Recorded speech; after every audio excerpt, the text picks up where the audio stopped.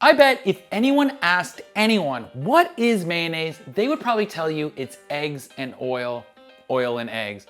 And what if I told you that they were wrong? I mean, the FDA would agree with you, but what if I explained mayonnaise to you that helped you understand it so well that you could master making it every single time? If you've ever tried making mayonnaise and it broke, somebody probably told you the same thing. You added the oil too fast. And yeah, that could absolutely be true, but in this video, I'll explain the truth about making mayonnaise, how you can better understand mayo recipes, and finally, I'll explain a few ways to help make homemade mayo, but tell you the easiest, almost foolproof method that doesn't include an immersion blender. Okay, it does, but not how you think.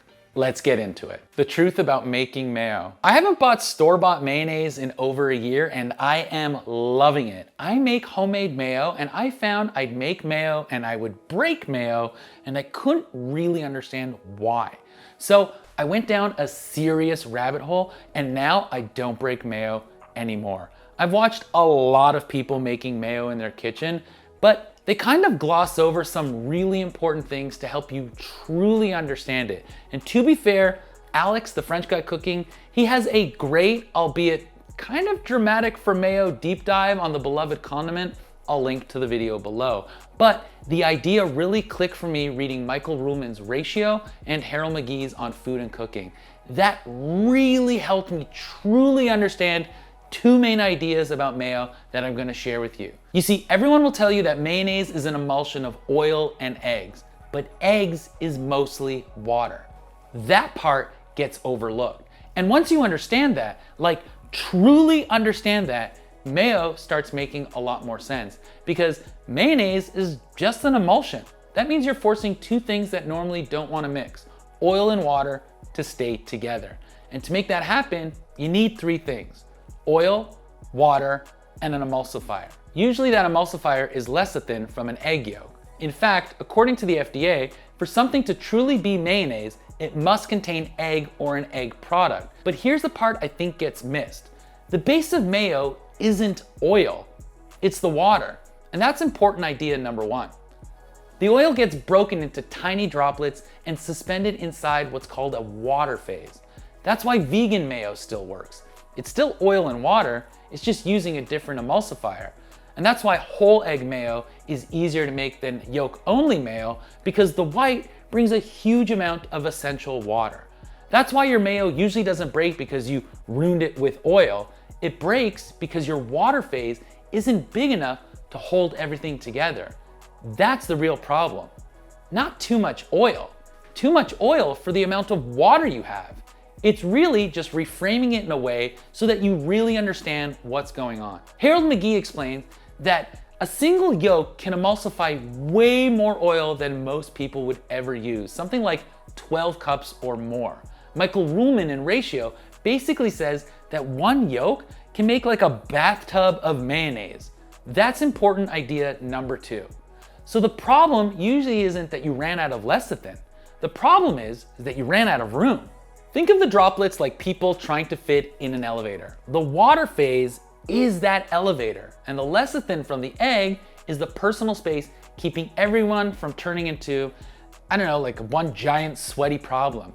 You can have plenty of lecithin, but if the elevator is too small, if there isn't enough of a water phase, those droplets start crashing into each other, merging, and then your mayo breaks.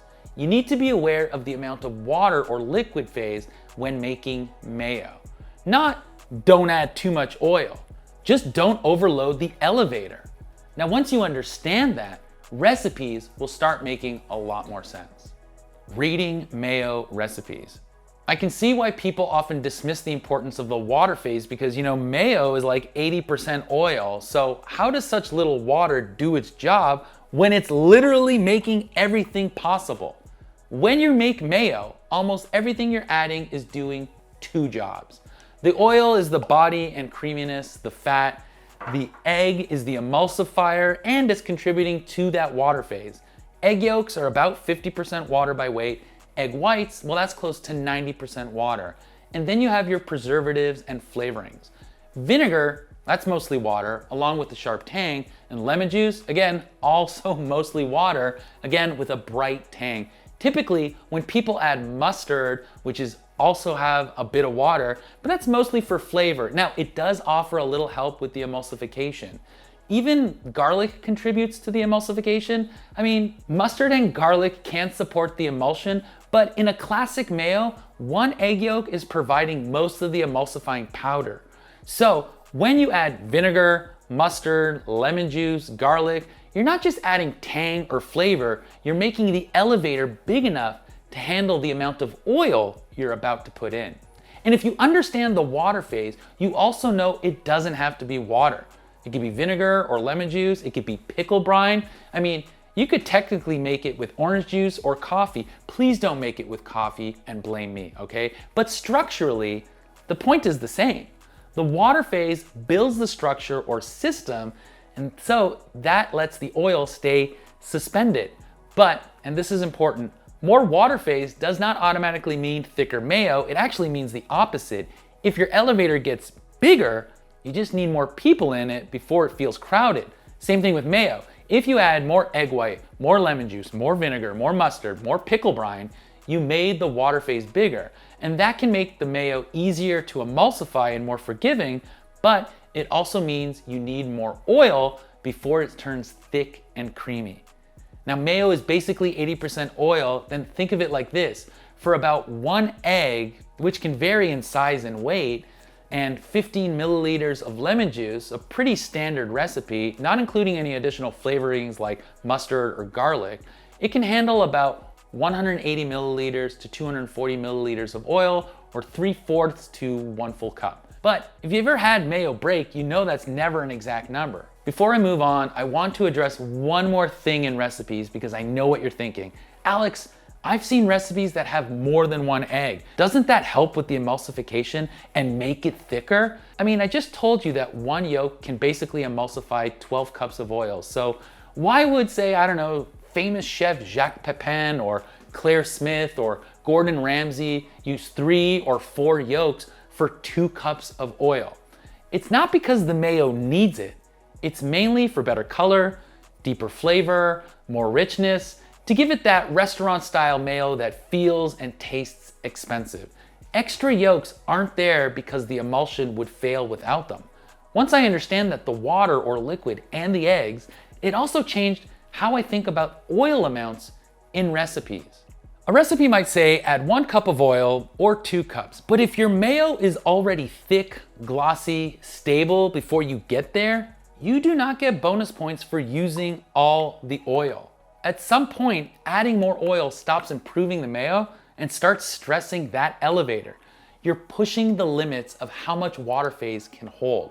So if your mayo looks good at 3/4 of a cup instead of 1 full cup, it's okay to stop. Maybe the amount of water in the egg was just a little bit less than you thought, or you squeezed a little less lemon juice than you normally would have. If it's loose and smooth, add a little more oil. But if it's greasy and it looks like it's starting to separate, just add a little more water or acid, because then you're restoring balance. You're giving those droplets of oil that much needed room again. All right, so let's talk about the different ways people make mayo. And I'm not gonna demonstrate them all because frankly, I don't need 12 cups of mayo and I don't like wasting food, but trust me, this will be worth it. Let's start the classic advice of adding the oil slowly. So when you whisk by hand, you start with just a few drops of oil at a time.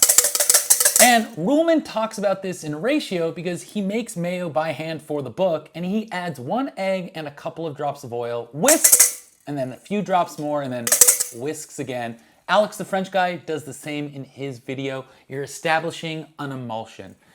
You're giving the water phase time to absorb and stabilize those tiny droplets of oil before adding more. That's why slow matters. Smaller droplets mean thicker mayo. You're physically packing more and more tiny oil droplets into the same water phase. But most people, they don't make mayo by hand anymore. People often use their food processor. Now, they can absolutely make great mayo. But because the bowl is bigger, you need enough volume for the blades to properly grab the mixture. So food processors are better at making large batches of mayo, and because the power of each food processor and how the blades interact or spin in the bowl differ from model to model, one way to help is by pouring the oil very slowly. It gives the blades an opportunity to catch and cut the oil into small droplets. Now, that's why people love the immersion blender version, okay? And it was so much easier. This is usually attributed to Kenji Lopez's 2-minute mayo recipe, where he utilizes the power of the vortex created by the immersion blender. And it's a way to draw to the bottom the oil slowly into the water and egg in the small little container here that helps create the emulsion needed. And it is a smaller area, so the blades catch and cut the oil into little droplets for creamy mayo. But then I stumbled onto an even better way, which I'll show you now. It's something MasterChef Australia demonstrated, and they use their immersion blender, but with this chopper attachment. Now, I did an unboxing video for my immersion blender, and I didn't think I would use this little guy, but I love it. I mean, reason 158 to get an immersion blender. Now, I'm gonna demonstrate this for you. Start by creating your initial water phase. I'm gonna do 1 egg and 1 yolk because I don't wanna waste it during this video, and I want a fancy restaurant style mayo. Okay, so let's pop this open. Look at all that water, lecithin, and here's a little more lecithin. Not that we need it. We want more color, creaminess, and flavor. That will do.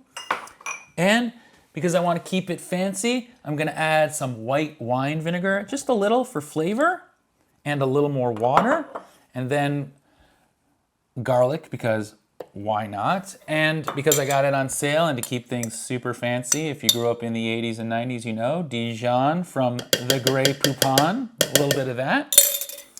And because I like it, I'm gonna add a touch of rice vinegar because of the tang and flavor. I can customize this only a little bit. I don't wanna make my water phase too big. And of course, a big pinch of salt to put it all together. I can always add that a little bit later. All right, now, the cool thing about this method is you just have to add about 1/3 of the oil that I want to use. So I'm just gonna pour in a little bit like that, pop on the top, and now because I put all this liquid, I know that this can handle more oil than a standard 1 egg and lemon juice recipe. Keep that in mind. And because this is small like an immersion blender container, just a little bigger blades whipping quickly, it'll catch the oil and cut it into droplets to emulsify together nicely. I'd encourage you to watch the MasterChef video because even he explains that the mayo is eggs and oil, but he doesn't explain much at all about the importance of the water. So let's pulse this hard for 15-20 seconds and I'll show you what it looks like.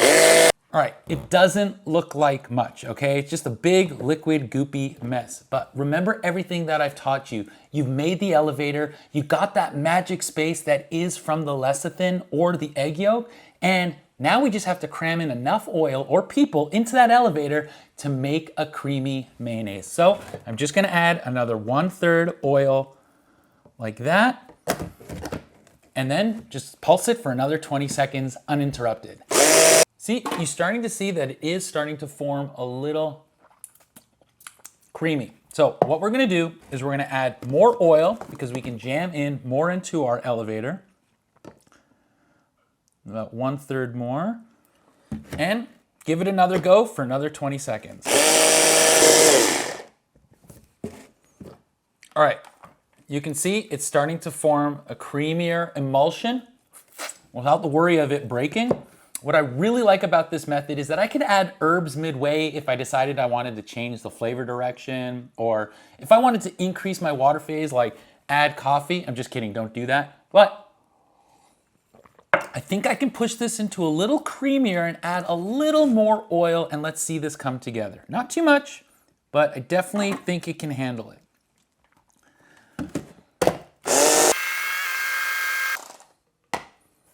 Look at that. I mean, that is way creamier than before. And just perfect. Oh my God. That extra yolk is so awesome flavor-wise. I highly recommend it. But you saw it slowly becoming a creamy mayonnaise. And the best part is that this will firm up more in the fridge. Listen, I honestly stopped stressing out about how much oil or how fast. I don't obsess over the oil. I do respect the egg, but I know, and now you know, that the thing that makes mayonnaise not break is the water. I'll see you in the next one.